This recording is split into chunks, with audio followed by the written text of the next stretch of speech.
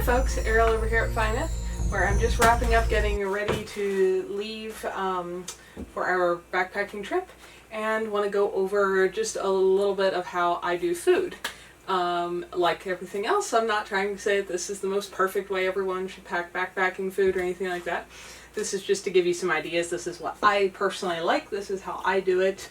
If you want to see what I actually carry as far as the rest of my pack, I'll link that video down below. And I've developed this system over more than a decade of doing a lot of backpacking, hundreds of nights, thousands and thousands of miles, and cooking for a lot of other people in the woods, not just myself. I also used to work with a program that took teenagers into the woods as I was one of the staff, but part of my job was doing the food issues, so I was packing food for multiple trips going out at the same time for a lot of people. So anyway, as you know, I enjoy cooking at home and I enjoy it when I am in the woods too. You can certainly do a little more instant stuff than what I do, but I enjoy cooking and I like good food, so this is what I do. I know most people, when they're going to go out, they grab your average mountain house, something like this. I have this because somebody gave it to me, and I'll probably actually might not ever eat it, but it's there. Those are easy, they're quick, all you do is add hot water. They're pretty lightweight because everything in them is dehydrated or freeze-dried, and those things are great. The things I don't like about them is they're expensive, usually $6, $7 or more per little packet. And while one of those is usually supposedly sized to feed 2 people, in my experience with my appetite and most of the people I backpack with, I could eat 2 of those myself. So that rapidly gets really expensive. Also, some of them have a little bit of a funny off taste to me from all the preservative chemicals and stuff they've got in them. So that all just adds up to I don't like that style of meal in general. So when I'm going out, what I do is I plan on cooking, having hot water for a breakfast and a dinner, and in between I have a lunch that I do not plan on anything hot for.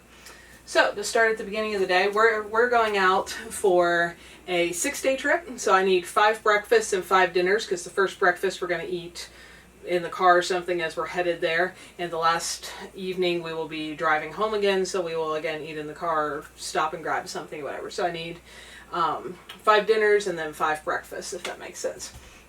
So for breakfast, I like to do eggs and hash browns and bacon. You can get dehydrated hash browns, like those little wormy looking things. Several places sell them. Amazon sells them. That's the cheapest place I've found to buy them in bulk. My grocery store has them, but they're in tiny little containers, and they don't seem to always have them. Now, I like to divvy everything up by meal, so I know when I grab a bag, I can just use the entire bag for that meal. I don't have to worry about, have I used 1/5 of it? Have I taken too much? Did I not use enough? And it just simplifies things. And for messier things like the bacon, it's really nice to be able to dump the bag clean and then put that empty bag into my bag of trash bags and not have extra grease and stuff on my hands. So we're going to be out for 5 breakfasts, and what I've got here is 3 matching bags of dried hash browns, so that's 3 meals. And then 2 of, those are regular white potatoes, 2 of dehydrated sweet potatoes, which I also like. So that's my base for those 5 breakfasts. Then I've got bacon, a little baggie of bacon to go with each of those.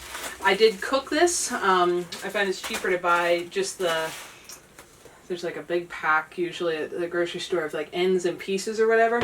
And I cook it up beforehand, maybe leave it just a hair undercooked, but I don't want to cook it the whole way from raw out in the woods for a couple of reasons.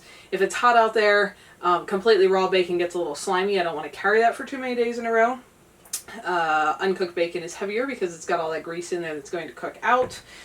It's going to take much longer to cook, and I just don't want to have to spend that much time or gas on my little stove out there, and of course it's a lot heavier to carry.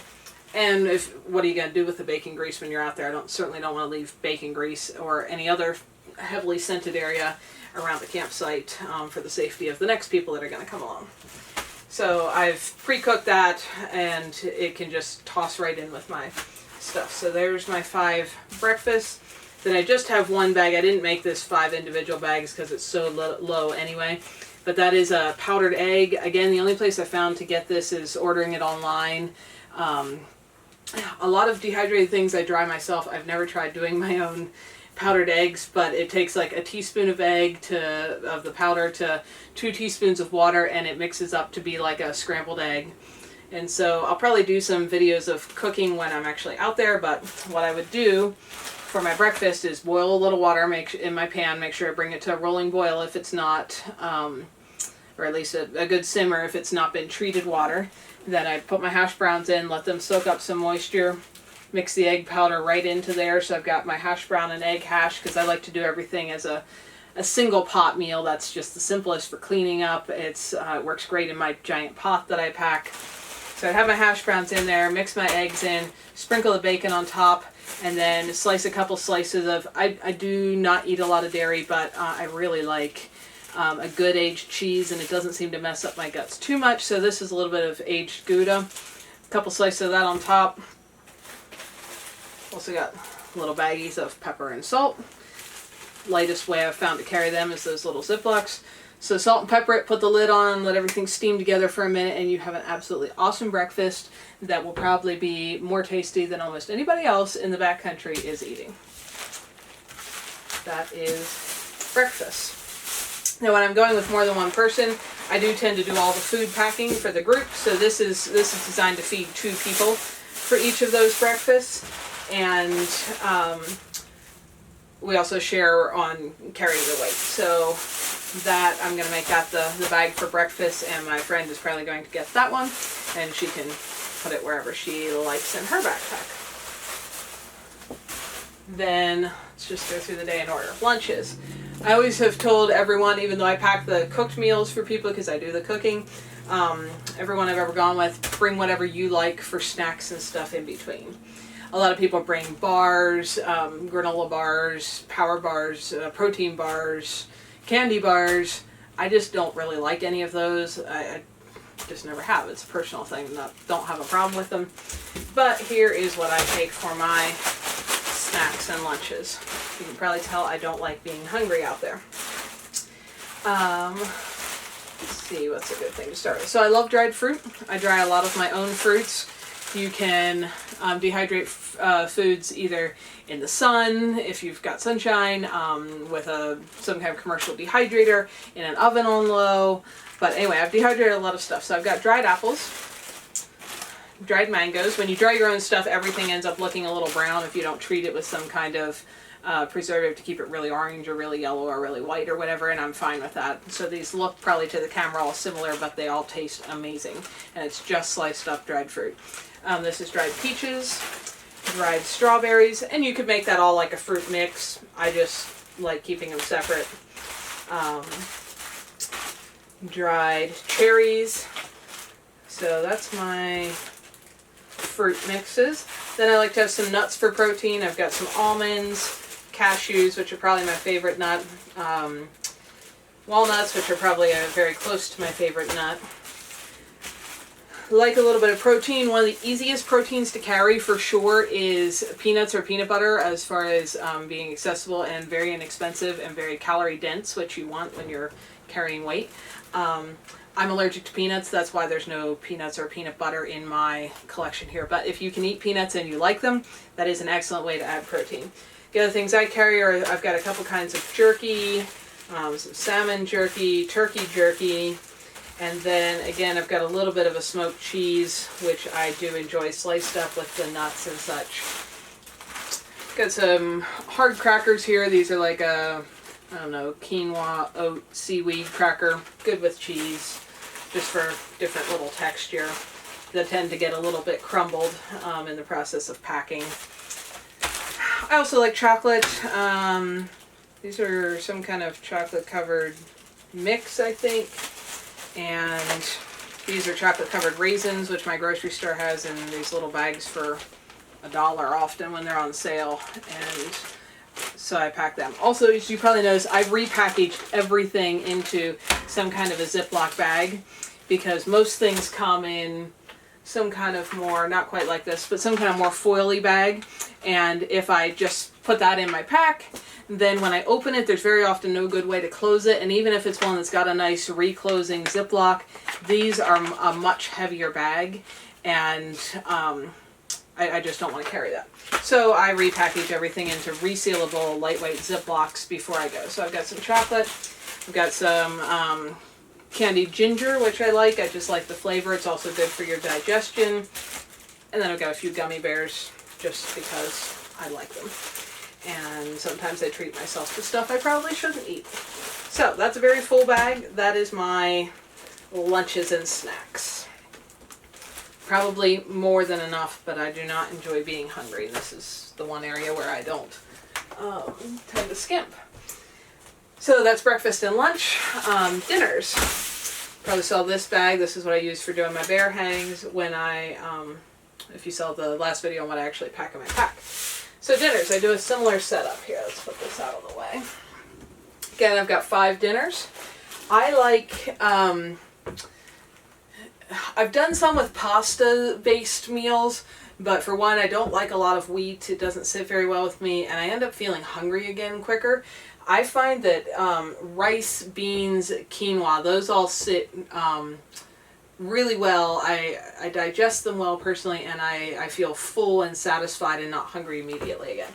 So what I've got in these 5 Ziplocs are mostly beans and rice mixes. You can probably go to your local dollar store. You could certainly make these yourself. But what I often do is go to the local dollar store, and they've got those, I don't even know what the brand name is, the little square cardboard boxes of black beans and rice and red beans and rice and jambalaya mix and all that kind of stuff.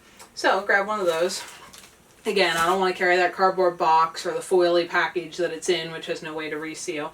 So I've dumped them all into here. I've got, I guess, 2 like jambalaya mixes and some black and red beans and rice mixes. So that's my 5 base meals. And these have seasonings with them, which is one of the handier things. I should probably get into making my own because I'm sure there's some preservatives and such in there as well.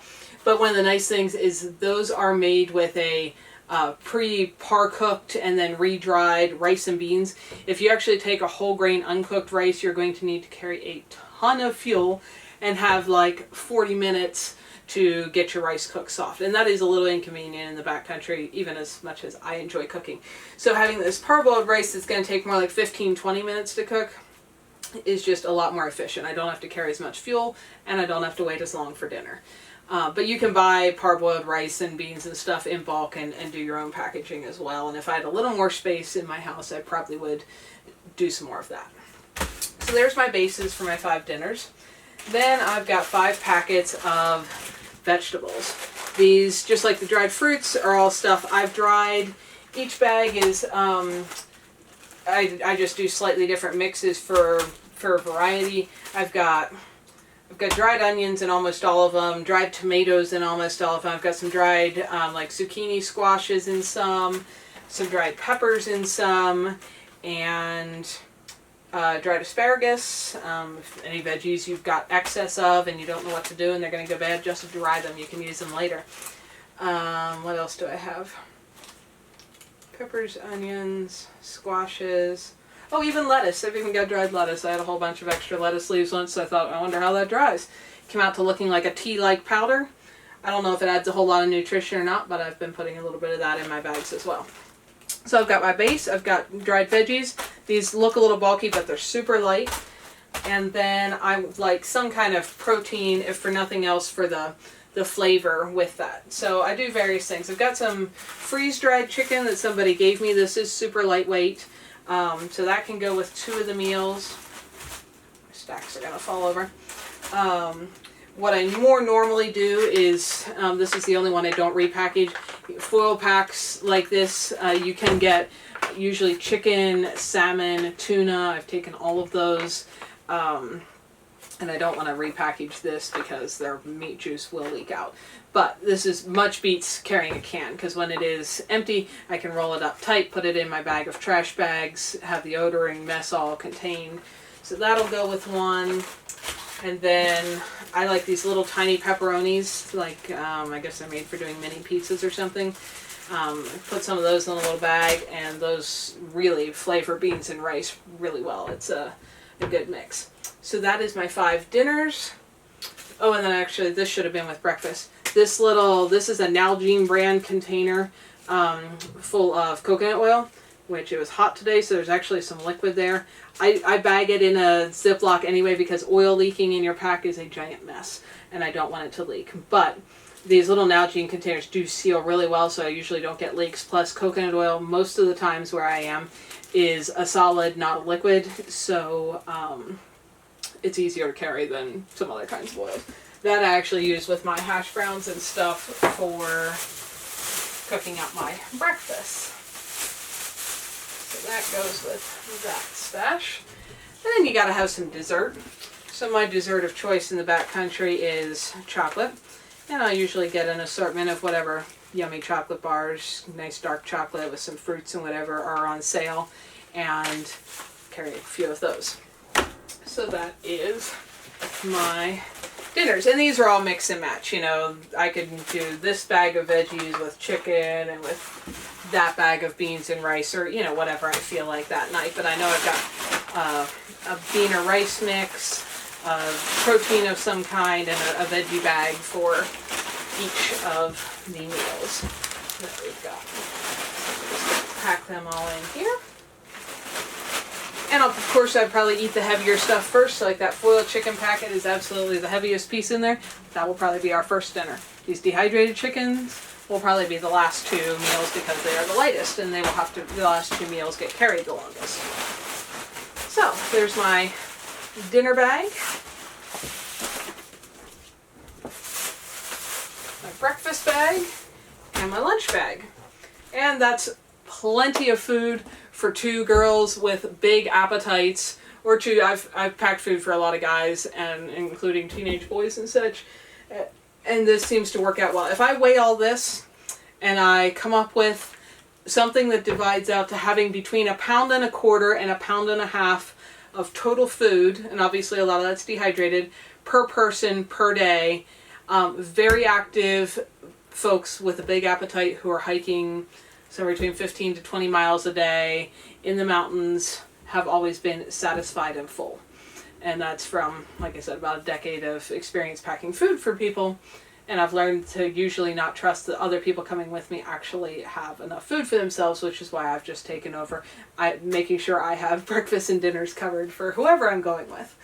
I've more than once ended up on a trip with people who thought they would be fine eating a certain number of candy bars a day and nothing else, and they were very hungry and ended up eating my food, which is why I now just carry food for everybody, or pack food for everybody and then make them carry it.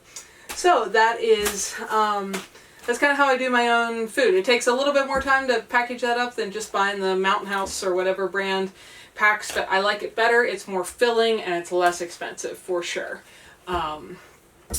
So maybe that gives you some ideas for what you might want to take on an overnight trip if you're going to go backpacking.